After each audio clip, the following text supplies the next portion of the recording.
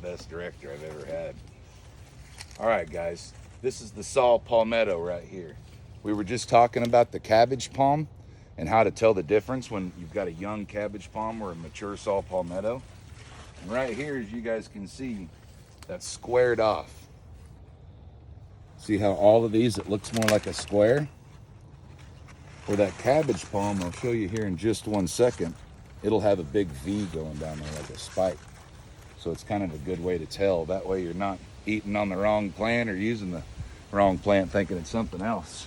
If I was buying land, for example, and this was all saw palmetto, that tells me there's something different with the soil than if it was all cabbage palm.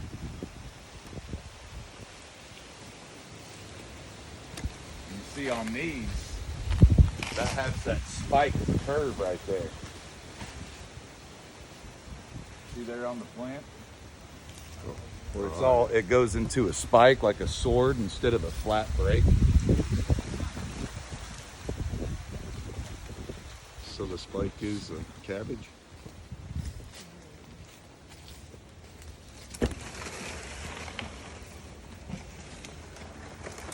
See that, guys? Goes into a big point right there. Now, if it was capped off, that would be that saw palmetto. I jumped off of this sucker the other week. It was awesome.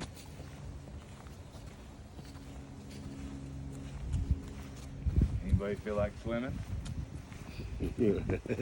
Forgot my skivvies.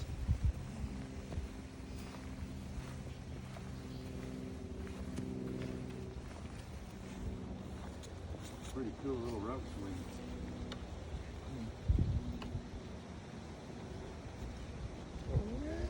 Yeah. A little treat fort going on. Diving platform.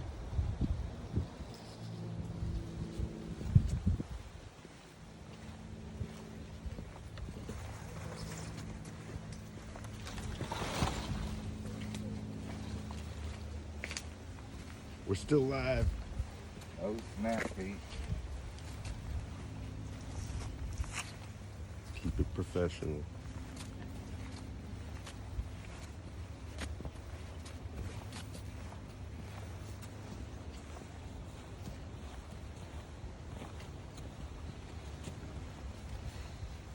See how these are babies?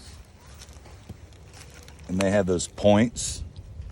Even though that looks like the size of a saw palmetto, you can see that's actually a baby cabbage palm right there.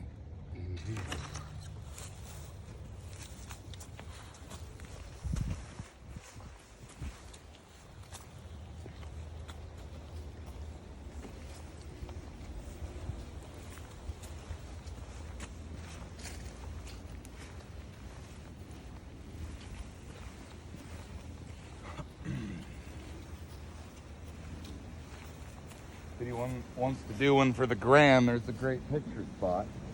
Let's do it for grams. You guys want to stand over there? Oh, you gotta walk out on the tree. Aiden's like, look, yeah, I did it last week, bro. I'm 37 today. Oh, I got this on video, so go for it. give me your phone. That sets the mindset of falling. Well, I was saying Man. careful. I'm not swimming. That's a big boy. It's pretty small. You're like your hand. There's some other ones coming up.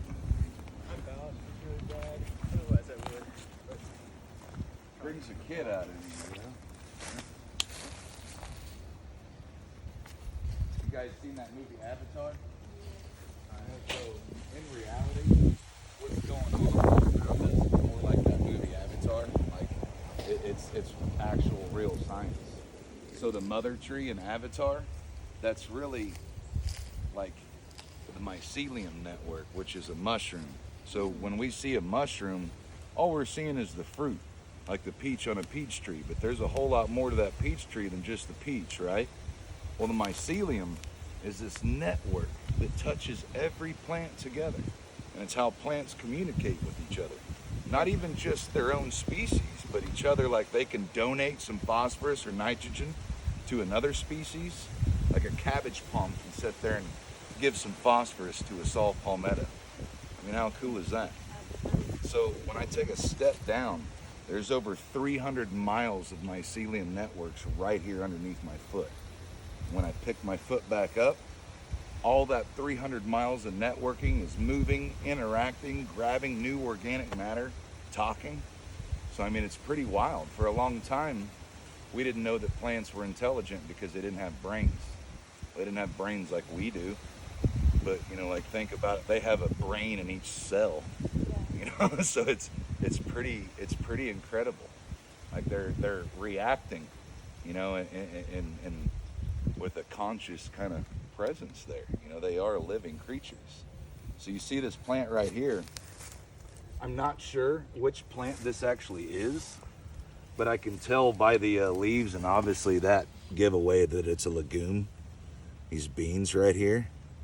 Now, a lot of times when it's a little bit easier to pick this up, you can see, I'm gonna try to grab this gently so it keeps some of these nodules on there.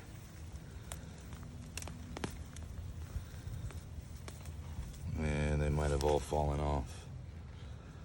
But these will have little white balls on those little roots. And what that's doing is these legume plants like beans and peas, they're actually taking atmospheric nitrogen and bringing it inside of the plant and putting it back into the soil. So like these are great things to have in your garden or your farm. We've been spraying weeds for the last 3-4 decades now when we should have just been picking our weeds. Not picking them up, but choosing what weed we want to grow. Yeah. So instead of spraying underneath an orange tree, you know, like how all the orange farmers do, why not grow mimosa, where you've got a plant that covers and competes with everything else, but it's putting nitrogen back into the soil for free. And then you're not wasting your money on chemical that gives everyone cancer kind of thing. You know, like even if it doesn't give cancer and it's 100% healthy, it's bad for business because you're spending money and time when you don't need to or don't have to. Choose your weeds, and then you're never going to spray for them again. You got that on fucking video, Pete. Oh, it's done.